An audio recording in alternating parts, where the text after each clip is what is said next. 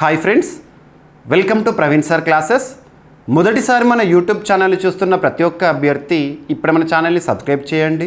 పోటీ పరీక్షలకు ప్రిపేర్ అవుతున్న ప్రతి ఒక్క అభ్యర్థికి ఉపయుక్తంగా ఉండే కరెంట్ అఫైర్స్ని డైలీ కరెంట్ అఫైర్స్ రూపంలో ప్రతిరోజు సాయంత్రం 7 గంటలకి మీకు అందిస్తూనే ఉన్నాను.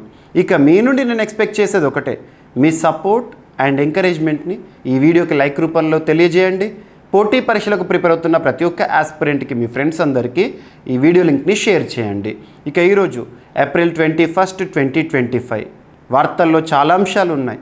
ఒక్కొక్క టాపిక్ గురించి ఇన్ డీటెయిల్ డిస్కషన్ చేసే ముందు నిన్నటి డైలీ కరెంట్ అఫైర్స్ వీడియోలో నేను ఇచ్చిన ప్రశ్నకి వివరణతో కూడిన సమాధానాన్ని చూద్దాము. ఒక పర్సన్ గురించి అడిగాను.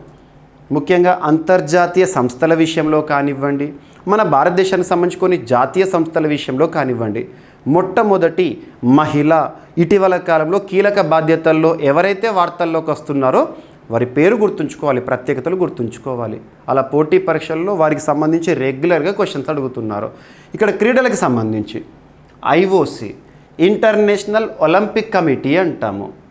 ఇంటర్నేషనల్ ఒలింపిక్ కమిటీ చరిత్రలోనే దాదాపు 131 సంవత్సరాల చరిత్రలోనే తొలి మహిళా అధ్యక్షురాలిగా ఇటీవల ఎవరు వార్తలో నిలిచారు, ఏ దేశానికి చెందినవారు? మనం మార్చ్లో మీకు డైలీ కరెంట్ అఫైర్స్ ఇచ్చాను కదా నేను. మన డైలీ కరెంట్ అఫైర్స్ వీడియోలోనే మార్చ్లో డిస్కస్ చేసాం ఈ టాపిక్ గురించి. సో పర్సన్ పేరు వచ్చేసేసి జింబాబ్వేకి చెందిన, అంటే ఆఫ్రికా ఖండానికి చెందిన క్రిస్టీ కోవెంట్రీ. పేరు గుర్తుపెట్టుకోండి, వెరీ వెరీ ఇంపార్టెంట్. 131 సంవత్సరాల చరిత్రలోనే మొట్టమొదటిసారి ఐఓసికి, ఇంటర్నేషనల్ ఒలింపిక్ కమిటీకి అధ్యక్ష బాధ్యతలను నిర్వర్తిస్తున్నారు. సో రీసెంట్గా వార్తల్లోకి వచ్చారు. అండ్ ప్రత్యేకత ఏంటంటే తను క్రీడా నేపథ్యం, క్రీడా చరిత్ర ఉన్న ఒక వ్యక్తి. తను ఒలింపిక్స్ అంటే మనం విశ్వ క్రీడలు అంటాం కదా, విశ్వ క్రీడల్లో 2 సార్లు స్వర్ణ పతకాన్ని గెలుపొందిన వ్యక్తి. And at the same time ఏ క్రీడతో సంబంధం ఉన్న వ్యక్తి అంటే ఒక ఫేమస్ స్విమ్మర్. గుర్తుపెట్టుకోండి, స్విమ్మింగ్లో 2 ఒలింపిక్ స్వర్ణ పతకాలను గెలుపొందిన క్రిస్టీ కోవెంట్రీ జింబాబ్వే దేశానికి చెందినవారు. ఓకేనా. ఇక ఇంటర్నేషనల్ ఒలింపిక్ కమిటీ అని ఇక్కడ టాపిక్ని మనం డిస్కస్ చేస్తున్నాం కాబట్టి ఏదైనా అంతర్జాతీయ సంస్థ వార్తల్లోకి వచ్చింది అంటే హెడ్ క్వార్టర్ గురించి చూడాలి. హెడ్ క్వార్టర్ ఇక్కడ లసానే, స్విట్జర్లాండ్ కేంద్రంగా పనిచేస్తున్న ఐఓసి చరిత్రలోనే మొట్టమొదటిసారి ఒక మహిళా అధ్యక్షురాలు వచ్చారు, క్రిస్టీ కోవెంట్రీ. గుర్తుపెట్టుకోండి, ఓకేనా. సో తనకు సంబంధించిన స్క్రిప్ట్ ఆల్రెడీ మనం డిస్కస్ చేసాము, మరొకసారి మీకు చూపించడం జరుగుతుంది. అండ్ ఎవరి స్థానంలో అంటే థామస్ బాచ్. లాస్ట్ 12 years నుండి థామస్ బాచే ఉండే ఇంటర్నేషనల్ ఒలింపిక్ కమిటీకి చీఫ్గా. తన స్థానంలో ఇప్పుడు క్రిస్టీ కోవెంట్రీ, జింబాబ్వేకు చెందిన ఒక మహిళ కీలక బాధ్యతల్లోకి రావడం జరిగింది. గుర్తుపెట్టుకోండి, ఓకేనా. అండ్ మీకు నేను డైలీ కరెంట్ అఫైర్స్ వీడియోస్ ఇస్తున్నాను కదా, ఇక్కడ మీకు చూపించే స్లైడ్స్ ఏవైతే ఉంటాయో ఈచ్ అండ్ ఎవ్రీ వర్డ్ మీకు ఈ స్లైడ్స్ ఏవైతే ఉంటాయో పీడిఎఫ్ ఫార్మేట్లో మళ్ళీ మీకు పీడిఎఫ్ రూపంలో అందించడం జరుగుతుంది. ఇక్కడ మన GVK study circle app.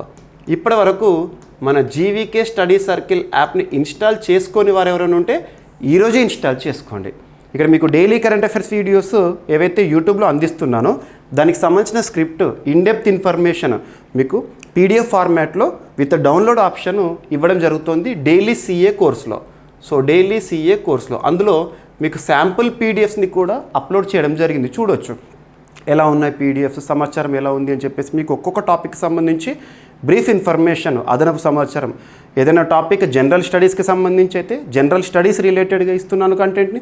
At the same time GK point of వ్యూలో అయితే జీకే పాయింట్ ఆఫ్ వ్యూలో కూడా రాజధాని ఏంటి, కరెన్సీ ఏంటి, లొకేషన్ ఇలాంటివి కూడా అందిస్తున్నాను. ఇక్కడ మీకు మ్యాప్స్ ఏవైతే చూపిస్తానో ఆ మ్యాప్స్ని కూడా అందులోనే ఆ పీడిఎఫ్లో ప్రొవైడ్ చేస్తున్నాను. సులభంగా క్లాస్ వినండి, తర్వాత ఆ పీడిఎఫ్ని మీరు రివైజ్ చేసేసుకోండి, ఎనఫ్.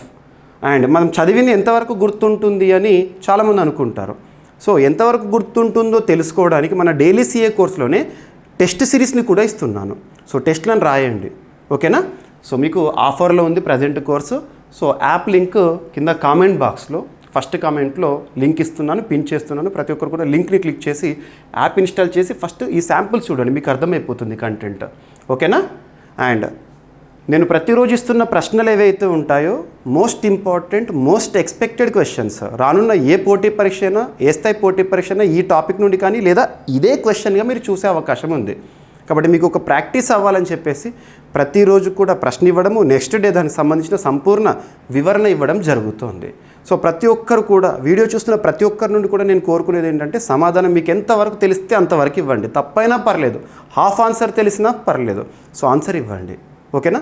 మీకు ఇక్కడ ఏదైనా ఒకవేళ తప్పిదం జరిగిందనుకోండి, నెక్స్ట్ ఎలాగో మీకు రేపటి క్లాస్లో మళ్ళీ ఈ రోజు ఇచ్చే ప్రశ్నకి సంబంధించి ఎక్స్ప్లెనేషన్ ఉంటుంది కాబట్టి క్లారిటీ అనేది వస్తుంది. ఇక పోటీ పరీక్షలు ఇదే ప్రశ్నగా కనుక కనబడదు అనుకోండి, ఫుల్ కాన్ఫిడెన్స్తో క్లారిటీతో సమాధానాన్ని గుర్తించగలుగుతారు. ఓకేనా? సో ఇక ఈరోజు ఫస్ట్ టాపిక్, ఈరోజు ఆఫ్టర్నూన్ April 21, 2025 ఈరోజు మనం ఎక్స్ వేదికగా ఒక ట్వీట్ని చూసాము. ఎవరు? మినిస్ట్రీ ఆఫ్ SNTకి సంబంధించి శాస్త్ర సాంకేతిక మంత్రిత్వ శాఖకి సంబంధించి ప్రస్తుతం కన్సర్న్ మినిస్టర్గా ఎవరు విధులు నిర్వర్తిస్తున్నారు? జితేంద్ర సింగ్ గారు ఒక ట్వీట్ చేశారు ఎక్స్ వేదికగా. ఏమని చెప్పారు? ఇస్రోకి సంబంధించి స్పెడెక్స్ మిషన్లో భాగంగా రెండవసారి డాకింగ్ ప్రక్రియ అని చెప్పేసి, రెండవసారి డాకింగ్ ప్రక్రియ పూర్తయింది అని చెప్పేసి. డాకింగ్ మీకు చాలాసార్లు ఎక్స్ప్లెయిన్ చేస్తాను, డాకింగ్ అనే కాన్సెప్ట్ మరొకసారి ఎక్స్ప్లెయిన్ చేస్తాను. ఇక్కడ కొన్ని బేసిక్ పాయింట్స్. 2024 డిసెంబర్ 30వ తేదీ రోజున, డేట్స్ గుర్తుంచుకోండి, very very important. Science and technology dates పైన క్వశ్చన్స్ అడుగుతారు. 2024 డిసెంబర్ 30 అంటే లాస్ట్ ఇయర్ ఎండింగ్లో PSLV C60 లాంచ్ వెహికల్ లేదా రాకెట్ ద్వారా ISRO Indian space research organisation భారతదేశంలో అంతరిక్ష రంగానికి సంబంధించి పరిశోధనలు చేస్తున్న అత్యున్నత సంస్థ. ఇస్రో చేసిన PSLV C60 ప్రయోగం ఏంటి? స్పాడెక్స్ అంటే ఏంటి? Space docking experiment. ఓకేనా? దీనికి సంబంధించి డాకింగ్ ప్రక్రియ అనేది జనవరి 16 2025 రోజున ఇస్రో సక్సెస్ఫుల్గా డాకింగ్ చేయడం జరిగింది అని చెప్పేసి ఒక వార్తను చూసాము. తర్వాత రీసెంట్గా మార్చ్ 13, 2025 రోజున ఇస్రో డీడాకింగ్ని విజయవంతంగా చేసింది అని చెప్పేసి, డీడాకింగ్ వాజ్ సక్సెస్ఫుల్ అని చెప్పేసి ఆ సమాచారాన్ని చూసాము, మనం డిస్కస్ కూడా చేసాము. అండ్ ఈరోజు మళ్ళీ April 21, 2025 రోజున రెండవసారి మళ్ళీ డాకింగ్ అనేది విజయవంతం అని చెప్పేసి వార్తల్లోకి వచ్చింది. ఈ డేట్స్ అన్నీ కూడా గుర్తుపెట్టుకోండి. ఇప్పుడు కాన్సెప్ట్లోకి వస్తాము. స్పేస్ డాకింగ్ ఎక్స్పెరిమెంట్ అంటే ఏంటంటే, అంతరిక్షంలో మనం శాటిలైట్స్ని పంపుతూ ఉంటాము. అలా పంపించిన శాటిలైట్స్ ఉంటాయి కదా, అవి పరస్పరం ఒకదానికొకటి దగ్గరకు వచ్చి అనుసంధానమయ్యే ఒక ప్రక్రియనే డాకింగ్ అంటాం. అంతరిక్షంలోనే అనుసంధానాన్ని డాకింగ్ అంటారు. అలా అనుసంధానమైనవి ఏవైతే ఉంటాయో, సింపుల్గా చెప్పాలంటే 2 శాటిలైట్స్ కానివ్వండి ఏవైతే ఉంటాయో వాటిని విడదీయడాన్ని డీడాకింగ్ అంటాము. ఇస్రో ఆల్రెడీ డాకింగ్ ప్రక్రియను జనవరి 16 అంటే 2 ఉపగ్రహాలను పరస్పరం ఒకదానికొకటిని అనుసంధానం చేయడం జరిగింది. తర్వాత మార్చ్ 13వ తేదీ మార్చి రోజున ఆ అనుసంధానమైన శాటిలైట్స్ ఏవైతే ఉంటే వాటిని విడదీయడం జరిగింది. మళ్ళీ ఈరోజు డాకింగ్ చేయడం జరిగింది. ఎందుకు మరి అంతరిక్షంలో ఈ డాకింగ్ ప్రక్రియ ఎందుకంటే, రీసెంట్గా మనం చూసాము సునీత విలియమ్స్, సింపుల్గా చెప్పాలంటే ఇంటర్నేషనల్ స్పేస్ స్టేషన్లో చిక్కుకుపోయిన అనే పదాన్ని వాడాము. సునీత విలియమ్స్ని మరి తిరిగి భూమిపైకి తీసుకురావడానికి విశ్వ ప్రయత్నాలు చేయడం జరిగింది. ఆ క్రూ మిషన్ గురించి అవన్నీ కూడా మనం చూసాము. అలా అంతరిక్షంలో లేదా అంతర్జాతీయ అంతరిక్ష కేంద్రం ఏదైతే ఉందో అటువంటి దానికి ఈ వ్యోమగాములను పంపడానికైనా అండ్ ఫ్యూచర్లో చంద్రయాన్ ప్రయోగాలే కానివ్వండి, భారతదేశానికి సంబంధించి గగన్యాన్ మోస్ట్ ఇంపార్టెంట్. ఇస్రో ప్రతిష్టాత్మకంగా 2026 సంవత్సరంలో గగన్యాన్ మిషన్ని చేపట్టబోతోంది కదా, మానవ సహిత అంతరిక్ష ప్రయోగం. అటువంటి దానిలో ఎట్ ద సేమ్ టైం భారతీయ అంతరిక్ష స్టేషన్ ఏదైతే ఉంటుందో, ఇస్రో సొంతంగా మన భారతదేశానికి సంబంధించి సొంతంగా అంతరిక్ష కేంద్రాన్ని ఏర్పాటు చేసుకోబోతున్నాము. దానికోసము ఈ డాకింగ్ ప్రక్రియ అనేది ప్రత్యేకము. డాకింగ్ ఉంటేనే కదా అక్కడ మనం పంపించగలుగుతాము, అనుసంధానించగలుగుతాము. ఎట్ ద సేమ్ టైం వ్యోమగాములను కూడా అంతర్జాతీయ అంతరిక్ష కేంద్రంలోకి పంపడం ఇలాంటివి చేస్తూ ఉంటాము. సో ఆ ప్రక్రియ అనేది మరొకసారి విజయవంతమైంది ఈరోజు. సో ఈ అంశాన్నంతా కూడా ఎవరు చెప్పారు? జితేంద్ర సింగ్ గారు, మినిస్ట్రీ ఆఫ్ SNTకి కన్సర్న్ మినిస్టర్గా ఉన్న జితేంద్ర సింగ్ గారు ఈరోజు ఆఫ్టర్నూన్ ట్వీట్ చేయడం జరిగింది. మరి ఇలాంటి డాకింగ్ విజయవంతం అనేది మనం ఇస్రోకి సంబంధించి చూసాం కదా. అలా ప్రపంచంలో డాకింగ్ టెక్నాలజీని కలిగి ఉన్న 4వ దేశంగా భారతదేశం నిలిచింది. ఏ దేశాల తర్వాత? United states of America, Russia, China తర్వాత డాకింగ్ ఎక్స్పెరిమెంట్ని విజయవంతంగా చేసిన డాకింగ్ టెక్నాలజీని కలిగి ఉన్న దేశంగా భారతదేశం చరిత్రలో నిలిచిపోయింది. దీనికి సంబంధించి ఒకసారి మీకు క్వశ్చన్ని కూడా అడిగాను, డైలీ కరెంట్ అఫైర్స్ వీడియోలో ఒక ప్రశ్న కూడా అడిగాను. అలా డాకింగ్ టెక్నాలజీ కలిగి ఉన్న 8వ దేశంగా భారతదేశం నిలిచింది అని చెప్పేసి చాలామంది ఆన్సర్ కూడా ఇచ్చారు. సో మరొకసారి మీకు సులభంగా గుర్తుంటుంది. అండ్ ఈ ఉపగ్రహాలు కూడా ఏంటంటే చేజర్, టార్గెట్ రెండింటిని అనుసంధానించడం, డాకింగ్ చేశారు, వాటిని విడదీయడం అనేది డీడాకింగ్ చేశారు. క్లియర్? ఓకేనా? Very very important. ఈ పాయింట్స్ ఏవైతే ఉంటే గుర్తుపెట్టుకోండి. సో దానికి సంబంధించి స్క్రిప్ట్ ఎలాగో మీకు పీడిఎఫ్లో ప్రొవైడ్ చేస్తాను కాబట్టి మరొకసారి చూడండి, ఎనఫ్. ఇక నెక్స్ట్ వచ్చేసేసి వార్తలు నిలుస్తున్న ప్రాంతాలు, ప్లేసెస్ ఇన్ న్యూస్. విపత్తు సంబంధిత అంశంతో వార్తల్లోకి వచ్చిన లేదా విపత్కర పరిస్థితులతో పాటు ఇటీవల కాలంలో వివాదాస్పదమై వార్తల్లోకి వచ్చినా కూడా ప్రాంతాలు అనేవి ఇంపార్టెంట్. అది ఎక్కడ ఉంది, ఇలాంటి క్వశ్చన్స్ అడుగుతారు. ఉదాహరణకు తీసుకుంటే రీసెంట్గా మనము నల్ల సముద్రం గురించి తరచూ వార్తల్లోకి వచ్చాము. నల్ల సముద్రాన్ని ఆనుకొని ఉన్న దేశాలు ఏంటి అని చెప్పాను. ఎట్ ద సేమ్ టైం రీసెంట్గా లేక్ టాంగనీకాకు సంబంధించి విపత్కర పరిస్థితుల్లో ఉందని దానికి సంబంధించి మ్యాప్ చూపించాను. సో ఇలా వార్తలు నిలుస్తున్న ప్రాంతాలు ఇంపార్టెంట్. ఈరోజు ఒక వాల్కెనో ఎరప్షన్తో మరొకసారి వార్తల్లోకి వచ్చింది. తరచూ బద్దలవుతూ చుట్టుపక్కల ప్రాంతాలకి సమస్యాత్మకంగా మారే వార్తల్లోకి వస్తున్న అగ్నిపర్వతాలు ఏవైతే ఉంటాయో అగ్నిపర్వతం పేరేంటి, దాని లొకేషన్ ఎక్కడ చూస్తే సరిపోతుంది.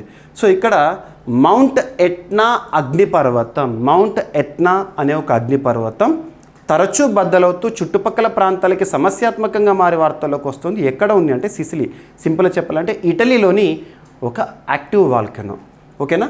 ఐరోపాలో అత్యంత ఎత్తైన క్రియాశీలక అగ్నిపర్వతం, యాక్టివ్ వాల్కెనో. ఓకేనా?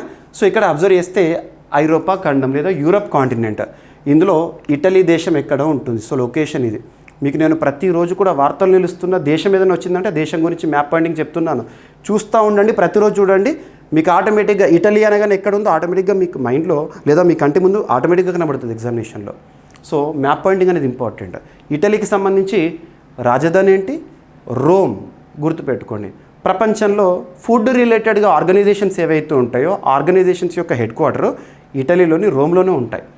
వరల్డ్ ఫుడ్ ప్రోగ్రామ్ కానివ్వండి, ఫుడ్ అండ్ అగ్రికల్చరల్ ఆర్గనైజేషన్ కానివ్వండి, ఇలాంటివి ఎగ్జాంపుల్స్. ఓకేనా? సో ఇక్కడ ఎట్నా అగ్నిపర్వతం అనేది బద్దలవుతూ వార్తల్లోకి వచ్చింది. దీని కారణంగా విమాన సర్వీసులను కూడా ఆపేస్తారంటే చుట్టుపక్కల ప్రాంతాల్లో. ఐరోపాలో అత్యంత ఎత్తైన టాలెస్ట్ వాల్కెనో, అత్యంత చురుకైన అగ్నిపర్వతమైన మౌంట్ ఎట్నా ఇటీవల మళ్ళీ విస్ఫోటనం చెందింది. మళ్ళీ అంటే రీసెంట్గా చాలాసార్లు వార్తల్లోకి వచ్చింది. ఈ విస్ఫోటనంతో భారీ లావా ప్రవాహాలు వెలువడ్డాయి. కొన్ని ప్రాంతాల్లో, చుట్టుపక్కల ప్రాంతాల్లో ట్రెమర్స్ కూడా సంభవించాయి. ట్రెమర్స్ అంటే సీస్మిక్ వేవ్స్, అంటే సీస్మాలజీ, ఎర్త్ క్వేక్. సో కొన్ని ప్రాంతాల్లో భూకంపం కూడా సంభవించిందంట. ఈ పరిణామాల నేపథ్యంలో ప్రభుత్వం ఏం చేసిందంటే ప్రాంతీయ విమానయాన హెచ్చరికలు జారీ చేసింది. దాని కారణంగా సిసిలీలోని కాటేనియా విమానాశ్రయం అనేది తాత్కాలికంగా మూసివేయబడింది. సిసిలీలోని ఏ విమానాశ్రయం అంటారు? కాటేనియా విమానాశ్రయం అనేది రీసెంట్గా క్లోజ్ చేశారు ఈ పరిస్థితుల కారణంగా. ఓకేనా?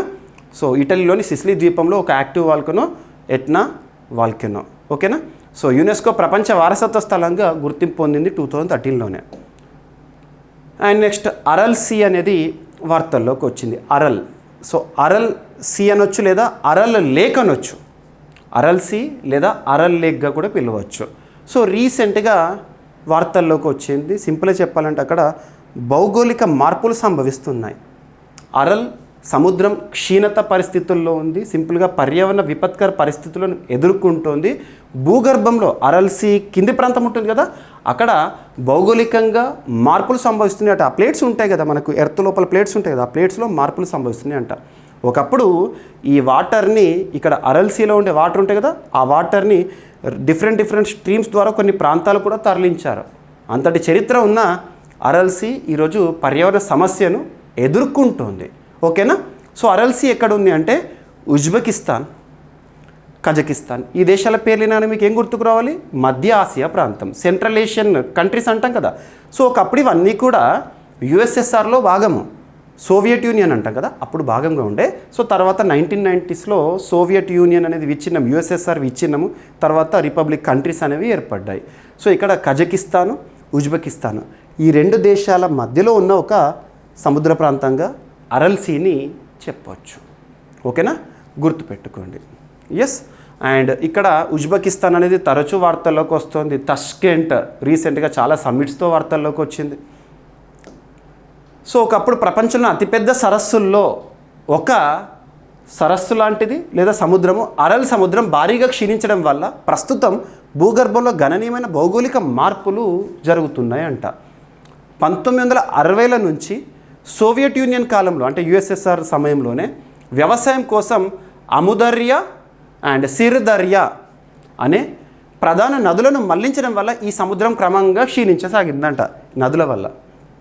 తాజా పరిశోధనల ప్రకారము అరల్ సముద్రం పరిసర ప్రాంతాల్లోని భూమి ఇప్పుడు పైకి లేచే ధోరణిని చూపిస్తుంది. భూమి ఆ ప్లేట్స్ ఉంటాయి కదా, పైకి లేస్తుందట, upward moment.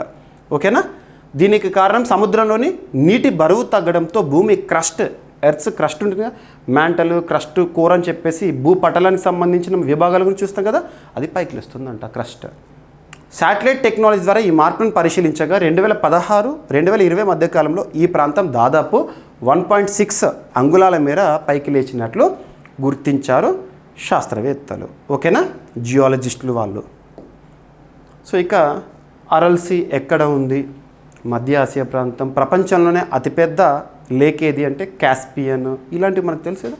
And Kazakhstan, Uzbekistan దేశాల మధ్య ఉంది అరల్ సీ. ఓకేనా, ప్రపంచంలో 4వ అతిపెద్ద సరస్సుగా పేరొందింది. ఓకేనా, ఎస్. స్థానిక ప్రజలు సమస్యల్ని ఎదుర్కొంటున్నారంట. ఇక ఇంకొకటి, వార్తలు నిలుస్తున్న విన్యాసము. తరచూ వార్తలు నిలుస్తున్న అంశాలపైన, రెగ్యులర్గా రిపీటెడ్గా వార్తల్లో కనిపిస్తున్న అంశాలపైన అభ్యర్థులు ప్రత్యక్ష శ్రద్ధను చూపండి. Last 6 months or 1 year, even 1.5 yearలో రెగ్యులర్గా రిపీటెడ్గా వార్తల్లోకి వస్తున్న టాపిక్స్ని ఫస్ట్ గుర్తించండి. అవి మీకు చాలాసార్లు పాయింట్అవుట్ చేస్తున్నాను. తర్వాత వాటిని రివిజన్ చేయండి. ఎగ్జామినేషన్ హాల్లో ప్రశ్నకి సరైన సమాధానాన్ని గుర్తిస్తే సరిపోతుంది. ప్రతి ఒక్కటి గుర్తుండాలంటే ఎవరి వల్ల కాదు. సమాధానాలు ఏవైతే 4 ఉంటాయో దానిలో ప్రశ్నకి సరైన సమాధానాన్ని గుర్తించే పొజిషన్లో మనం ఎగ్జామినేషన్ హాల్కి వెళ్తే సరిపోతుంది. ఓకేనా, సో అలాంటి టాపిక్స్లో మనకు విన్యాసాలు, రక్షణ రంగానికి సంబంధించి చాలా విన్యాసాల గురించి ఇటీవల డిస్కస్ చేస్తున్నాం. అంతెందుకు లాస్ట్ 2 days బ్యాక్ కూడా డస్ట్ లిక్ ఎక్సర్సైజ్ గురించి డిస్కస్ చేశాము.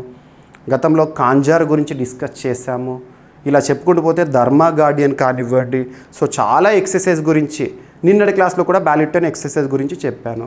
సో ఇలా విన్యాసాలు ఏవైతే వార్తలకు వస్తున్నాయో వాటిపైన ప్రత్యక్ష శ్రద్ధను చూపండి. ఏదైనా ఒక విన్యాసం వార్తలకు వచ్చినప్పుడు ఆ విన్యాసం పేరు చూడండి, ఆ విన్యాసాన్ని నిర్వహిస్తుంది ఎక్కడ, ఇలాంటివి చూడాలి.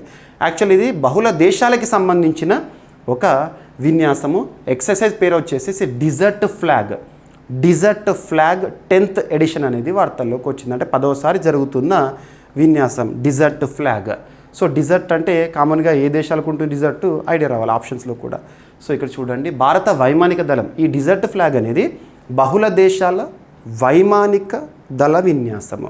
బహుళ దేశాలు అంటే 2 కంటే ఎక్కువ దేశాలు కనుక పార్టిసిపెంట్స్గా ఉన్నాయనుకోండి, బహుళ దేశాల విన్యాసం అంటాము. సో త్రివిధ దళాలు ఎవరికి సంబంధించింది? ఇది వైమానిక దళానికి సంబంధించింది. సో మన వైమానిక దళానికి సంబంధించి ఇండియన్ ఎయిర్ ఫోర్స్ సంబంధించి MiG-29 మరియు జాగ్వార్ విమానాలు ఏవైతే ఉంటే ఇప్పటికే బయలుదేరాయి. ఎక్కడికి? యునైటెడ్ అరబ్ ఎమిరేట్స్కి బయలుదేరు. ఎందుకంటే ఈ విన్యాసము యునైటెడ్ అరబ్ ఎమిరేట్స్ వేదికగా జరుగుతుంది. ఆతిథ్యం ఇస్తుంది ఎవరు? United Arab Emirates. ఓకేనా, అల్ దఫ్రా ఎయిర్ బేస్కు చేరుకున్నాయి. ఇక్కడ జరుగుతోంది విన్యాసము. ఈరోజు ప్రారంభమైంది, April 21st. ఈరోజు April 21st ప్రారంభమైంది విన్యాసము. May 8th వరకు జరుగుతుంది. మీకు మ్యాక్సిమం టాపిక్స్ ఎప్పుడు వార్తల్లోకి వస్తే అదే రోజు కంప్లీట్ చేసే ప్రయత్నం చేస్తున్నాను. కొన్ని టాపిక్స్ ఉంటాయి మిస్లీనియస్, అలాంటివి ఏవైతే ఉంటే నెక్స్ట్ డేకి చెప్తున్నాను.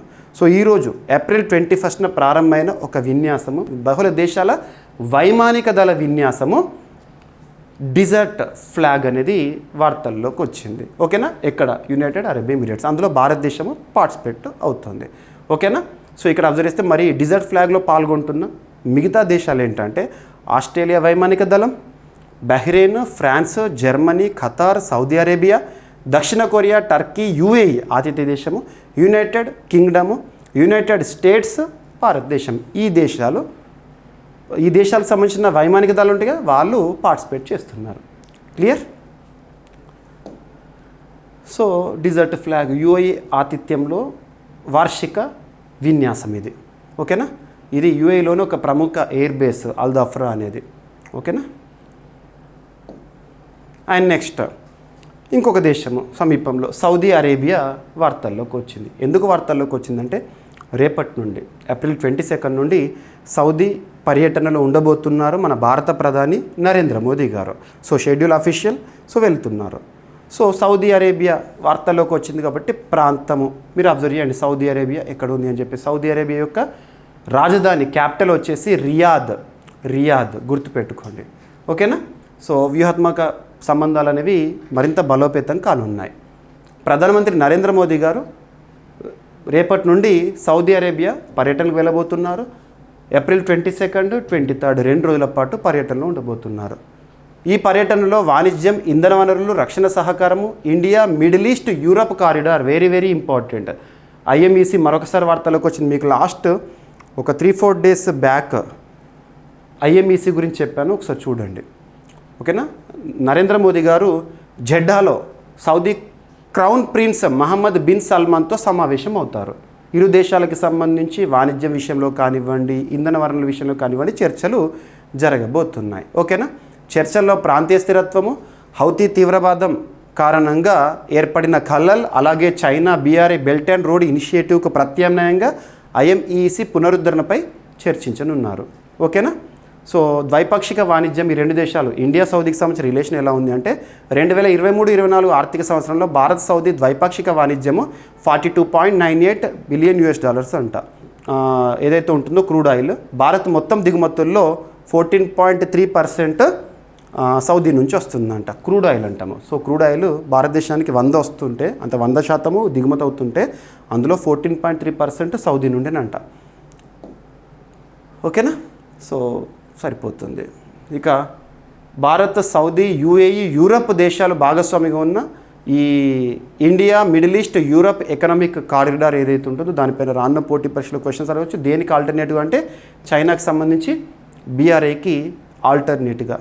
ఇక సౌదీకి సంబంధించి రాజధాని రియాద్, క్రౌన్ ప్రిన్స్ ప్రస్తుతం బిన్ సల్మాన్ గారు ఉన్నారు, కరెన్సీ వచ్చేసి సౌదీ రియాల్.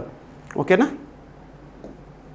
ఇక నెక్స్ట్ ప్రపంచంలోనే లేదా భారతదేశంలోనే మొట్టమొదటి, అతిపెద్ద, అతి చిన్న, అతి పొడవైన ఇలాంటి ప్రత్యేక పదాలతో కూడిన కరెంట్ అఫైర్స్ని సూపర్లేటివ్స్గా మనం డిస్కస్ చేస్తున్నాము. సో కేరళ రీసెంట్గా చాలా అంశాల వార్తల్లోకి వచ్చింది. వృద్ధులకు సంబంధించి ఒక కమిషన్ను ఏర్పాటు చేయనున్న మొట్టమొదటి రాష్ట్రంగా కేరళ అని ఇలాంటి అంశాలను మనం చూసాము. ఇప్పుడు అబ్జర్వ్ చేస్తే న్యాయశాస్త్రానికి సంబంధించి లేదా న్యాయ రంగానికి సంబంధించి కేరళ భారతదేశంలో మొట్టమొదటి ఆన్లైన్ పర్మనెంట్ లోక్ అదాలత్ని ఏర్పాటు చేసిందంట. దేశంలోనే మొట్టమొదటిసారి ఆన్లైన్ పర్మనెంట్ లోక్ అదాలత్ అనగానే ఏ రాష్ట్రం గుర్తుకు రావాలి? కేరళ. ఓకేనా. సో కేరళలో దేశంలోని తొలిసారిగా ఆన్లైన్ శాశ్వత లోక్ అదాలత్ సేవలు. త్వరితగతిన కేసుల పరిష్కారం కోసం లోక్ అదాలత్లు పనిచేస్తూ ఉంటాయి కదా, అందులో భాగంగా న్యాయ వ్యవస్థను అందరికీ సులభంగా అందించేందుకు తీసుకున్న ప్రగతిశీల చర్యగా కేరళ రాష్ట్రం దేశంలోనే తొలిసారిగా శాశ్వత లోక్ అదాలత్లకు ఆన్లైన్ దాఖలు, వాదనలు వినిపించే సదుపాయాలు ప్రారంభించింది. ఓకేనా. ఈ వినూత్న కార్యక్రమాన్ని కేరళ రాష్ట్ర న్యాయ సేవా సంస్థ, Kerala state legal services authority, ఒక్కొక్క రాష్ట్రానికి ఉంటుంది అలా చేపట్టింది. ఇది ముఖ్యంగా వంచిత వర్గాలు, మార్జినలైజ్ గ్రూపులకు న్యాయం సులభంగా చేరువ చేసేందుకు సాంకేతికత ఆధారంగా చేపట్టిన చారిత్రాత్మక వృద్ధిగా పరిగణించబడుతుంది. ఓకేనా. గుర్తుపెట్టుకోండి. లోక్ అదాలత్ అంటే ఏంటంటే న్యాయ సేవల సంస్థల ఆధ్వర్యంలో జరిగే వివాద పరిష్కార వేదిక, డిస్ప్యూట్ రిజల్యూషన్కి సంబంధించి వేగవంతమైన, తక్కువ ఖర్చుతో న్యాయం అందించే విధానము. అంతేందుకు మనకు దేశంలోనే అత్యున్నతమైన రాజ్యాంగంలో 4వ భాగం ఆదేశిక సూత్రాల గురించి చూస్తూ ఉంటాం కదా, ఆర్టికల్ 36 నుండి 51 వరకు. అందులో ఆర్టికల్ 39 క్యాపిటల్ ఏ ఫ్రీ లీగల్ ఎయిడ్ గురించి చెప్తుంది, గుర్తుపెట్టుకోండి. శాశ్వత లోక్ అదాలత్ పబ్లిక్ యూటిలిటీ సర్వీసులకు సంబంధించిన వివాదాల పరిష్కారానికి ఏర్పడిన శాశ్వత వేదిక. ఇక NALSA national legal services authority 1987 ద్వారా ఏర్పాటైంది. ఓకేనా, గుర్తుపెట్టుకోండి. ఇక ఈరోజు ఏప్రిల్ 21 ప్రత్యేకత, డేస్ అండ్ థీమ్స్ ఇంపార్టెంట్గా మనకి. సో ప్రత్యేకత ఏంటంటే civil services day. So civil services day మొదటిసారి మనం 2006 నుండి జరుపుకుంటున్నాము. ప్రత్యేకత ఏంటి చూస్తే సరిపోతుంది. సో ఆల్ ఇండియా సర్వీసెస్కి సంబంధించి, సో భారతదేశంలోని పౌర సేవల అధికారుల కృషిని గుర్తించేందుకు, సివిల్ సర్వీసెస్ ఆఫీసర్స్ యొక్క సేవలను గుర్తించేందుకు ఉద్దేశించబడిన డే. ఏప్రిల్ 21న జరుపుకుంటాము. సివిల్ సర్వెంట్స్ ప్రభుత్వ విధానాల అమలు, పథకాల అమలులో కీలక పాత్ర పోషిస్తారు. సింపుల్గా చెప్పాలంటే ఈరోజు మనల్ని పరిపాలించే ప్రజాస్వామ్య దేశం కదా, ఎన్నికైన ప్రభుత్వం ఉంటుంది. సో ప్రభుత్వంలో ఎన్నికైన వారు ఎవరైతే ఉంటారో మనం ముఖ్యమంత్రులుగా అలా ఇలా చూస్తాం కదా, సో మంత్రులుగా చూస్తాం కదా, వాళ్ళకు ఉండే నాలెడ్జ్ ఏదైతే ఉంటుందో, ఉదాహరణకి మనం పరిపాలించే ప్రభుత్వం ఒక పథకాన్ని రూపొందిస్తుందన్న, ఒక పాలసీని రూపొందిస్తుందన్న ముఖ్యమంత్రులు లేకపోతే మంత్రులు చేయరు. వారి వెనుక ఉండే back bone civil servants. So వీరు పథకాలు రూపొందిస్తారు. ఉదాహరణ చెప్పాలంటే ఒక ముఖ్యమంత్రి స్పీచ్ ఇవ్వాలన్నా కూడా ఈ అధికారులు ఉండే సమాచారం అఫీషియల్గా. సో ఇలాంటివి ఓకేనా. ఈ రోజున జరుపుకుంటాం మనం ఏప్రిల్ 21. చారిత్రక నేపథ్యం 1947 ఏప్రిల్ 21 సర్దార్ వల్లభాయ్ పటేల్ మెటాకాఫ్ హౌస్ ఢిల్లీలో సివిల్ సర్వీసెస్ మొదటి బ్యాచ్ ప్రొఫెషనర్లను ఉద్దేశించి ప్రసంగించారు. ఆయన సివిల్ సర్వెంట్లను భారతదేశ ఉక్కు చట్టం స్టీల్ ఫ్రేమ్ ఆఫ్ ఇండియాగా సివిల్ సర్వెంట్లను ఎవరు అభివర్ణించారో అంటారు. Examination direct bit. So civil servants ఎవరు ఈ విధంగా అభివర్ణించారంటే స్టీల్ ఫ్రేమ్ ఆఫ్ ఇండియాగా ఎవరు అభివర్ణించారంటే సర్దార్ వల్లభభాయ్ పటేల్ గారు, ఉక్కు మనిషి. ఓకేనా. సో ఇక 2006 సంవత్సరంలో కేంద్ర ప్రభుత్వం ఏప్రిల్ 21ని పౌర సేవల దినోత్సవంగా లేదా సివిల్ సర్వెంట్స్ డేగా గుర్తించడం జరిగింది. ఓకేనా. సో ఆల్ ఇండియా సర్వీసెస్ అంటే ఏంటంటే ఐఏఎస్, ఐపీఎస్, ఐఎఫ్ఎస్ వంటి ఉదాహరణలు. సెంట్రల్ సివిల్ సర్వీసెస్ ఉదాహరణ ఏంటంటే IRS, IRTS, IAA and AS. ఓకేనా. చూడండి ఇక నెక్స్ట్ వార్తలు నిలుస్తున్న వన్యప్రాణులకు సంబంధించి, వైల్డ్ లైఫ్కి సంబంధించి మనం ఫోకస్ చేయాలి. చాలా వాటి గురించి చూసాము. రీసెంట్గా మార్చిలో మనము డాల్ఫిన్ సెన్సస్ గురించి చూసాము. నిన్నటి క్లాస్లో కూడా మనము చీతాస్కి సంబంధించి ప్రాజెక్ట్ చీతాలో భాగంగా బోట్స్వానా దేశం నుండి 8 చీతాలు భారతదేశానికి రాబోతున్నాయని చెప్పాను. ఇంకొక టాపిక్ని కూడా నిన్నే యాడ్ చేశాను. ఈరోజు మీరు వార్తాపత్రికలో చూశారు. సో మధ్యప్రదేశ్లోని గాంధీ సాగర్ వన్యప్రాణి సంరక్షణ కేంద్రానికి 2 చీతాలను తరలించారు. ఎక్కడ నుండి? కునో జాతీయ పార్క్ నుండి. ఇవన్నీ కూడా మీకు కొన్ని టాపిక్స్, ఒక టాపిక్ని డిస్కస్ చేసేటప్పుడు లింక్ చేస్తూ చెప్తున్నాను, గుర్తుపెట్టు. ఓకేనా. సో ఇక్కడ వన్యప్రాణులకు సంబంధించి సింపుల్గా చెప్పాలంటే స్క్విరెల్స్ అంటాం కదా. స్క్విరెల్ అంటే ఉడతలు మన ప్రాంతాల్లో కనబడుతూ ఉంటాయి, చెట్లపైన, ఫారెస్ట్ ల్యాండ్లలో కానివ్వండి, వ్యవసాయ భూముల్లో కానివ్వండి, స్క్విరెల్స్ కనబడతాయి కదా, ఉడతలకు సంబంధించి జనాభా అధ్యయనము. సో ఇక్కడ సింపుల్గా చెప్పాలంటే విల్లుపురం అడవుల్లో గ్రిజిల్డ్ జైంట్ స్క్విరెల్ జనాభా అధ్యయనం అనేది ప్రారంభం. ఏ రాష్ట్రము? తమిళనాడు రాష్ట్రము. రీసెంట్గా తమిళనాడు కూడా చాలాసార్లు వార్తల్లోకి వచ్చింది. ఉదాహరణకు తీసుకుంటే నీలగిరి థార్ పాపులేషన్ సెన్సస్ సంబంధించి తమిళనాడు, కేరళ ప్రత్యేక చొరవ ఇలాంటివి చూస్తున్నాం కదా. ఓకేనా. సో ఇక్కడ గ్రిజిల్డ్ జైంట్ స్క్విరెల్ సెన్సస్కి సంబంధించి ఇటీవల ఏ రాష్ట్ర ప్రభుత్వం చొరవ అంటే తమిళనాడు. సో తమిళనాడులోని విల్లుపురం అటవీ డివిజన్, పాక్కమలై, గంగవరం కొండల్లో అరుదైన గ్రిజిల్డ్ జైంట్ ఉడతలు ఏవైతే ఉంటాయో, స్క్విరెల్స్ ఉంటాయో, వాటి జనాభా అధ్యయనాన్ని ప్రారంభించారంట తమిళనాడులో వైల్డ్ లైఫ్ వారు. ఈ ప్రాంతం అధిక జీవవైద్యం కలిగి ఉండడం వల్ల ఈ అంతరించిపోతున్న జాతి సంరక్షణకు కీలకంగా మారింది. అధ్యయనం ద్వారా గ్రిజిల్డ్ జైంట్ ఉడతల జనాభా, ఆవాస పరిస్థితులు, జీవన విధానంపై ప్రాథమిక సమాచారం సేకరించి సమర్థవంతమైన సంరక్షణ వ్యూహాలను రూపొందించడం లక్ష్యం అంట. మరి ఏదైనా జీవి గురించి మనం డిస్కస్ చేస్తున్నామంటే శాస్త్రీయనామం అనేది ఇంపార్టెంట్. రటుఫా మ్యాక్రోరా ఇటీవల వార్తల్లోకి వచ్చింది. ఏంటి మీకు ఎగ్జామినేషన్లో చూడగానే గుర్తుపట్టాలి. ర్యాట్ లాగా ఉండేది, సింపుల్గా ఉడతా అలాగా. ఓకేనా. సో ఇటీవల కాలంలో అసినోనిక్స్ జుబేటస్ తరచూ వార్తల్లోకి వచ్చింది. ఏంటి? చీతా యొక్క scientific name. Platanista gangetica national aquatic animal ఏంటి? భారతదేశంలో డాల్ఫిన్ యొక్క scientific gangetic dolphin. And Panthera tigris దేనికి సంబంధించి? పులికి సంబంధించి. ఇలాంటివి చూడాలి, గుర్తుపెట్టుకోవాలి, కొన్ని ఇంపార్టెంట్. ఓకేనా. ఇక నెక్స్ట్ మ్యానుఫ్యాక్చరింగ్ సెక్టార్లో మహిళల భాగస్వామ్యం అనేది ఆందోళన కలిగించే స్థాయిలో తగ్గుతుందంట. సో విమెన్ పార్టిసిపేషన్ రేట్ అనేది తగ్గుతుందంట. ఇందులో మ్యానుఫ్యాక్చరింగ్ సెక్టార్లో. సో కీలక గణాంకాలు వార్తల్లోకి వచ్చినాయి. భారత ఆర్థిక వ్యవస్థలో తయారీ రంగం కీలక పాత్ర పోషిస్తుంది. ఇది దేశ జీడిపిలో, గ్రాస్ డొమెస్టిక్ ప్రోడక్ట్లో దాదాపు 5వ వంతు 20% వాటాను కలిగి ఉంది మ్యానుఫ్యాక్చరింగ్ సెక్టార్, తయారీ రంగం అంటాం కదా. అండ్ ఈ రంగంలో మహిళల భాగస్వామ్యం ఆందోళనకర స్థాయిలో తక్కువగా ఉందంట. 2015-16 ఆర్థిక సంవత్సరంలో women participation in manufacturing sector was 20.9%. అది కాస్త 2022-23 ఆర్థిక సంవత్సరం ముగిసేసరికి 18.9%కి తగ్గిందంట. వికసిత భారత్ లక్ష్యాన్ని సాధించేందుకు ప్రయత్నిస్తున్న తరుణంలో ఈ తరహా తగ్గుదల ఆందోళన కలిగించే అంశం అంట. రీసెంట్గా గణాంకాలు వార్తల్లోకి వచ్చినాయి. భారత తయారీ రంగంలో మొత్తం 8.34 మిలియన్ల అంటే 83.4 లక్షల ఫార్మల్ కార్మికులు ఉండగా, వ్యవస్థీకృత రంగం అంటాం కదా ఫార్మల్, అవ్యవస్థీకృత రంగం అంటే ఇన్ఫార్మల్. అందులో మహిళలు ఏది ఫార్మల్ ఫీల్డ్లో 1.57 మిలియన్స్ అంటే 15.7 lakh విమెన్ మాత్రమే పనిచేస్తున్నారంట. మొత్తం మహిళా కార్మికుల్లో అత్యధిక భాగాన్ని తమిళనాడు కలిగి ఉంది. సో విమెన్ పార్టిసిపేషన్లో కూడా మహిళలు తమిళనాడులో ఎక్కువగా ఉన్నారంట, గుర్తుపెట్టుకోండి. 41% అక్కడ నుండి. Yes, fine. సో భారత తయారీ రంగం ఏంటి ఇదన్నీ కూడా. అండ్ ఇటీవల కాలంలో Mahatma Gandhi national rural implement guarantee యాక్ట్లో భాగంగా ఉపాధి వేతనాల పెంపు అనే టాపిక్ ఇంపార్టెంట్. ఎంఎస్ఎంఈకి సంబంధించి నూతన వర్గీకరణ వార్తల్లోకి వచ్చింది, అది ఇంపార్టెంట్. ఇలాంటివి ఏవైతే ఉంటాయో మీకు ఎకానమీ పాయింట్ ఆఫ్ వ్యూలో చూడండి. ఇక కలుపు నిర్మూలనకు, కలుపు ఉంటుంది కదా, కలుపు మొక్కలు ఉంటాయి కదా మనకు పంట పండించేటప్పుడు వ్యవసాయంలో కలుపు మొక్కల గురించి చూస్తాం. కలుపు కనబడగానే రైతులు ఏం చేస్తారు, దాన్ని పీకేస్తారు. సో అలాగా. సో కలుపు నిర్మూలన చేసేందుకు, కలుపు మొక్కలు ఉండకూడదు, వాటిని నిర్మూలించేందుకు లేజర్ టెక్నాలజీని తీసుకొస్తూ ఒక పరికరం అమెరికాకి సంబంధించి వార్తల్లోకి వచ్చింది. కార్బన్ రోబోటిక్స్ ఆధునిక సాంకేతిక ఆవిష్కరణ. కార్బన్ రోబోటిక్స్ అనే ఒక సంస్థ లేజర్ ఆధారిత కలుపు మొక్కల్ని నాశనం చేసే ఒక యంత్రాన్ని తీసుకొచ్చారు సింపుల్గా. ఓకేనా?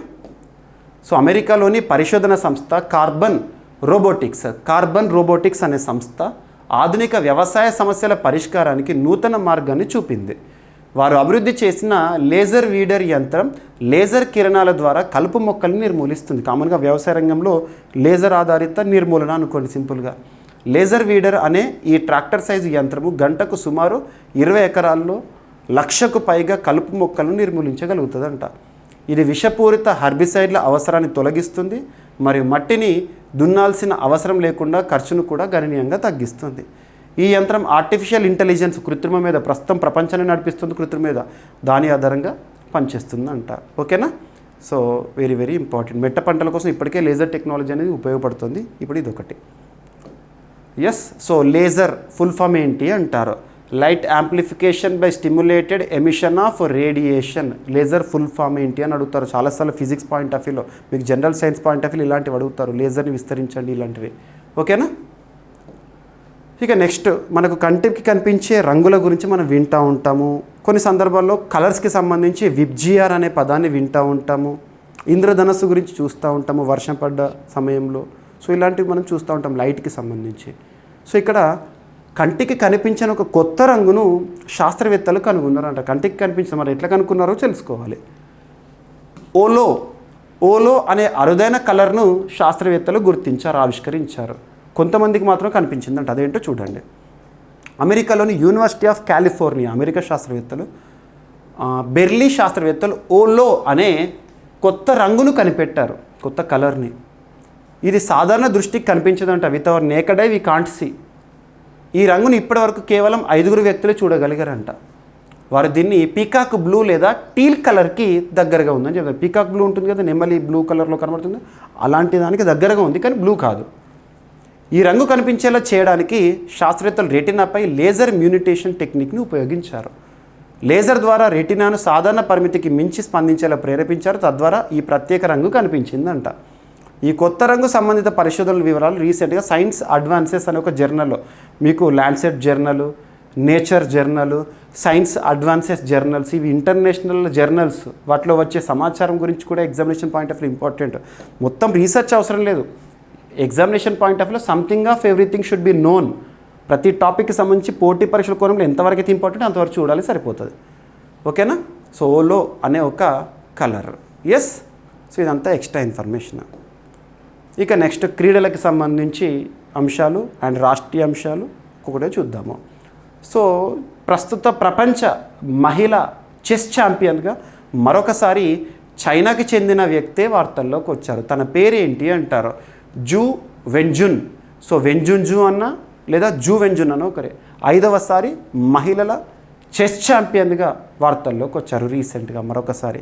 ఏ దేశానికి సంబంధించి అంటే చైనాకు చెందిన వెన్జున్ జూ వరుసగా విజయాలతో ఫిడే అంటే ఫెడరేషన్ ఇంటర్నేషనల్ డెస్ చెస్, అంతర్జాతీయ స్థాయిలో క్రీడా నిర్వహణ సంస్థలు, నియంత్రణ సంస్థలు ఉంటాయి కదా, చెస్ క్రీడకి సంబంధించి నిర్వహించేది ఫిడే లసానే స్విట్జర్లాండ్ కేంద్రంగా పనిచేస్తుంది. సో ఫిడే వారు నిర్వహించిన టోర్నీ. మహిళల ప్రపంచ చెస్ ఛాంపియన్షిప్ టైటిల్ను 5వసారి గెలుచుకున్నారు ఎవరు? Ju Wenjun, China player. ఆమె జాంగీ టాన్ అనే ఒక క్రీడాకారిణి పైన గెలుపొంది విజయం సాధించింది. గుర్తుపెట్టుకోండి, 5వసారి ప్రపంచ మహిళల చెస్ ఛాంపియన్గా ఎవరు ఇటీవల వార్తల్లోకి వచ్చారు డైరెక్ట్ గుర్తుపెట్టుకోండి సరిపోతుంది. ఇక నెక్స్ట్, ఏషియన్ అండర్-18 అథ్లెటిక్స్ ఛాంపియన్షిప్ 2025 రీసెంట్గా ముగిసింది. అందులో భారత్ 11 పథకాలను సాధించిందంట. సో అండర్-18 ఏషియన్ అథ్లెటిక్స్ ఛాంపియన్షిప్ 2025 ఎక్కడ జరిగింది? సౌదీ అరేబియాలోని దమ్మాం నగరంలో ఇటీవల ముగిసింది. ఈ టోర్నీలో భారత క్రీడాకారులు మొత్తం 11 పథకాలు గెలుపొందారు. ఒక స్వర్ణ పథకము, 5 రజత, 5 కాంస్య పథకాలు. ఇందులో ఒక పర్సన్ పేరు గుర్తుంచుకోండి, హిమాన్షు జాకర్. ఇందులో స్వర్ణ పథకాన్ని గెలుపొందడం జరిగింది. చరిత్రలోనే భారతదేశానికి ఈ సెగ్మెంట్లో మొట్టమొదటి బంగారు పథకంగా నిలిచాడు. ఇతని విజయంతో ఆసియన్ 18 అథ్లెటిక్స్ ఛాంపియన్షిప్ చరిత్రలో బాయ్స్ జావెలిన్ త్రో ఈవెంట్లో, జావెలిన్ త్రోకి సంబంధించి మనకు నీరజ్ చోప్రా ఎలా అయితే ఉంటారో ఇతను అండర్-18కి సంబంధించి సింపుల్గా ఓకేనా, తనకు స్వర్ణం లభించింది. హిమాన్షు ఓకేనా, గుర్తుపెట్టుకోండి. సో టోర్నమెంట్లో మనం ఎన్ని పథకాలను సాధించాము. అండ్ సో రాష్ట్రీయ అంశాలు ఏపీకి సంబంధించి వార్తల్లోకి వచ్చినా, తెలంగాణకు సంబంధించి వార్తల్లోకి వచ్చినా, 2 రాష్ట్రాలకు సంబంధించి ఏ టాపిక్ వార్తల్లోకి వచ్చినా కూడా మనం డిస్కస్ చేస్తున్నాము. కొన్ని సందర్భాల్లో ఏపీకి సంబంధించి టాపిక్స్ ఉండకపోవచ్చు, కొన్ని సందర్భాల్లో తెలంగాణకు సంబంధించి టాపిక్స్ ఉండకపోవచ్చు, కొన్ని సందర్భాల్లో 2 రాష్ట్రాలకు సంబంధించి టాపిక్స్ ఉండొచ్చు. ఏమున్నా కూడా మనం డిస్కస్ చేస్తున్నాం ఓకేనా. సో ఇక్కడ తెలంగాణలో 10,500 కోట్ల రూపాయల విలువైన డేటా సెంటర్ క్లస్టర్ ఏర్పాటుకు సంబంధించి ప్రస్తుతం జపాన్ పర్యటనలో ఉన్న రేవంత్ రెడ్డి గారు స్పష్టం చేశారు. గుర్తుపెట్టుకుని దానికి సంబంధించి ఒప్పందం కూడా జరిగింది ఓకేనా. Data cluster centre ఎంతతో? 10,500 కోట్ల రూపాయలతో. ఏ సంస్థ? NTT data. So NTT data అనేది జపాన్కు చెందిన ప్రముఖ ఐటీ సేవల సంస్థ. వారు ఏర్పాటు చేయబోతున్నారు ఓకేనా. క్లౌడ్ కంప్యూటింగ్ కానీ ఏ రంగంలో గుర్తింపు పొందిన సంస్థ హైదరాబాద్లో డేటా సెంటర్ క్లస్టర్ను స్థాపించేందుకు ఒప్పందం అనేది కుదిరింది. ఇక్కడ తెలంగాణ రాష్ట్ర ప్రభుత్వానికి, ఎన్టీటీ డేటాకి, మరి ఇంకొకటి నేసా నెట్వర్క్స్, భారతదేశానికి చెందిన AI first cloud platform company ఓకేనా. ఈ 3 ఏంటి? తెలంగాణ ప్రభుత్వము, ఎన్టీటీ డేటా అండ్ నేసా నెట్వర్క్స్, ఈ 3 మధ్య కుదిరిన ట్రైపార్టైల్ ప్యాక్ట్ ఏదైతే ఉందో దాని ఆధారంగా హైదరాబాద్లో ఒక ఏఐ డేటా సెంటర్ క్లస్టర్ని ప్రారంభిస్తారంట. ఇక నెక్స్ట్, హైదరాబాద్లో ఎకో టౌన్ ముఖ్యంగా వ్యర్థాల నిర్వహణకి సంబంధించి, శానిటేషన్కి సంబంధించి కానివ్వండి కీలకం. జపాన్లో ఒక నగర ప్రణాళిక ఆధారంగా హైదరాబాద్లో కూడా ప్రణాళికను తీసుకురాబోతున్నారంట. సో హైదరాబాద్లో ఎకో టౌన్ స్థాపన దిశగా ముందడుగు. సో జపాన్లో ఆ టౌన్ పేరేంటో కూడా మనం చూడాలి ఓకేనా. కిటాక్యూషు అనే ఒక టౌన్, ఆ టౌన్లో ప్లానింగ్. సో వ్యర్థాల నిర్వహణ విషయంలో అద్భుతమైన ఫలితాలు వస్తున్నాయి. సేమ్ అలాంటి ప్రణాళికని మన అర్బన్ ప్లానింగ్లో భాగంగా తెలంగాణ రాష్ట్ర బృందము ముఖ్యమంత్రి రేవంత్ రెడ్డి గారి నేతృత్వంలో ప్రస్తుతం జపాన్ పర్యటనలో ఉన్నారు కదా, అక్కడ ఒక నగరాన్ని సందర్శించారు, కిటాక్యూషు. ఇటీవల తెలంగాణ రాష్ట్ర ముఖ్యమంత్రి గారి బృందము ఏ దేశంలో కిటాక్యాషు అనే ఒక నగరాన్ని సందర్శించారు అంటారు. గుర్తుపెట్టుకోండి, జపాన్ ఓకేనా. అక్కడి పర్యావరణ పరిరక్షణ మోడల్స్, నదుల పునరుజ్జీవన ప్రాజెక్టులపై అధ్యయనం చేశారంట ఓకేనా. సేమ్ అలా ముఖ్యంగా మురాసాకి నదీ పునరుజ్జీవన ప్రాజెక్టు పరిశుభ్రత, మున్సిపల్ ప్లానింగ్తో మంచి మోడల్గా నిలిచింది కిటాక్యూషు నగరము. సో అలాంటి ప్రణాళికనే మన తెలంగాణ రాష్ట్రంలో కూడా తీసుకొస్తారంట. హైదరాబాద్లో ఎకో టౌన్గా ఏర్పాటు చేస్తారంట. పర్యావరణ హిత మౌలిక సదుపాయాలు కల్పించడము, శుద్ధ వాయు, శుద్ధ జలవనరులు, పునరుత్పత్తి శక్తిని ప్రోత్సహించే నగర రూపకల్పన, టౌన్ ప్లానింగే ఎకో టౌన్. ఇక కిటాక్యూషు నగరం ఎక్కడ ఉంది అంటారు ఓకేనా. ఇక ఈరోజు ప్రశ్న. సో ప్రతి ఒక్కరి నుండి కూడా సమాధానాన్ని ఎక్స్పెక్ట్ చేస్తున్నాను. మీకు ఎంతవరకు తెలిస్తే అంతవరకు రాయండి. ఇటీవల వార్తలు నిలిచిన రెడ్ సీ, ఎర్ర సముద్రాన్ని ఆనుకొని ఉన్న దేశాల సంఖ్య ఏంటి? ఆ దేశాల పేర్లు ఏంటి? ఎందుకు లాస్ట్ 3 days బ్యాక్ కూడా మనం డిస్కస్ చేసాం. ఈజిప్టు కారణంగా ఎర్ర సముద్రం మరొకసారి వార్తల్లోకి వచ్చింది అని. సో ఆ దేశాల సంఖ్య ఎంత? ఎర్ర సముద్రం సరిహద్దును కలిగి ఉన్న దేశాల పేర్లు ఏంటి? ప్రతి ఒక్కరి నుండి ఒకటి తెలిస్తే ఒకటి ఇవ్వండి సమాధానం, 2 తెలిస్తే 2 ఓకేనా. సో ప్రతి ఒక్కరిని సమాధానం ఎక్స్పెక్ట్ చేస్తున్నాను. ఇక ఈరోజు వార్తలు ఇచ్చిన అంశాలను క్విక్ రివిజన్గా చూస్తే, సో విజయవంతంగా స్పాడెక్స్ 2వసారి డాకింగ్ అనేది వార్తల్లోకి వచ్చింది. అండ్ సిసిలీలోని మౌంట్ ఎట్నా అగ్నిపర్వతం మరొకసారి బద్దలైంది, ఇటలీలో ఉంది. అండ్ అరల్ సీ క్షీణత, భూగర్భంలో భారీ భౌగోళిక మార్పులు అనేవి జరుగుతున్నాయని చెప్పేసి. అండ్ ఎక్సర్సైజ్ డిజర్ట్ ఫ్లాగ్ అనేది వార్తల్లోకి వచ్చింది యుఏఈ ఆతిథ్యంలో. అండ్ ప్రధాని మోదీ సౌదీ అరేబియా పర్యటన రేపటి నుండి ప్రారంభము అండ్ చర్చించనున్న విషయాలు. అండ్ దేశంలోనే తొలిసారిగా ఆన్లైన్ శాశ్వత లోక్ అదాలత్ సేవలు ప్రారంభిస్తూ కేరళ రాష్ట్రము. And national civil services day ఈరోజు వార్తల్లోకి వచ్చింది. అండ్ విల్లుపురం అడవుల్లో గ్రిజిల్డ్ జాయింట్ స్క్విరల్ జనాభాపై అధ్యయనం చేస్తున్న తమిళనాడు రాష్ట్రము. అండ్ భారత తయారీ రంగంలో మహిళల భాగస్వామ్యం అనేది తగ్గుతోంది. Women participation in manufacturing sector is decreasing nowadays. And కలుపు నిర్మూలనకు లేజర్ టెక్నాలజీ ఆధారిత పరిష్కారము. కార్బన్ రోబోటిక్స్ ఒక యంత్రాన్ని తయారు చేసింది కలుపు మొక్కల నివారణ కోసం. అండ్ కంటికి కనిపించని కొత్త రంగును శాస్త్రవేత్తలు ఆవిష్కరించారు. అమెరికా శాస్త్రవేత్తలు ఆ రంగుకి ఏం పేరు పెట్టారంటే ఓలో. అండ్ వెన్జున్ జూ మరొకసారి ప్రపంచ మహిళా చెస్ ఛాంపియన్గా వార్తల్లోకి వచ్చారు. చైనాకి సంబంధించి 5వసారి చెస్ టైటిల్ని గెలుపొందారు. And Asian under eighteen athletics championship 2025లో భారత్ సాధించిన పథకాల సంఖ్య, అందులో గుర్తుంచుకోవాల్సిన ప్లేయర్ ఎవరంటే హిమాన్షు జాకర్. ఈ టోర్నీ చరిత్రలోనే భారతదేశ చరిత్రలో మొట్టమొదటిసారి స్వర్ణ పథకము. ఓకేనా. సో తెలంగాణ రాష్ట్రంలో పెట్టుబడులకు సంబంధించి 10,500 కోట్ల రూపాయల విలువైన ఏఐ డేటా సెంటర్ క్లస్టర్ ఏర్పాటు విషయంలో ట్రైపార్టైల్ ప్యాక్ట్. సో త్రివిధ ఒప్పందం ఏంటి? అండ్ హైదరాబాద్లో ఎకోటౌన్ ప్రణాళిక అని చెప్పేసి జపాన్లోని ఒక నగరం ఆధారంగా, ఏంటది? కిటాక్యూషు నగరం ఆధారంగా. అండ్ ఈరోజు ప్రశ్న, ఇటీవల వార్తలు నిలిచిన ఎర్ర సముద్రాన్ని ఆనుకొని ఉన్న దేశాల సంఖ్య, ఆ దేశాల పేర్లేంటి? ఓకేనా. వీడియో చూస్తున్న ప్రతి ఒక్క అభ్యర్థి లైక్ చేయండి, సపోర్ట్ చేయండి, మీ ఫ్రెండ్స్ అందరికీ వీడియో లింక్ని షేర్ చేయండి. ఏమైనా మిస్లీనియస్ ఉంటే రేపటి క్లాస్లో జోడించి మరొకసారి డిస్కస్ చేద్దాం. మళ్ళీ కలుద్దాం. Thank you.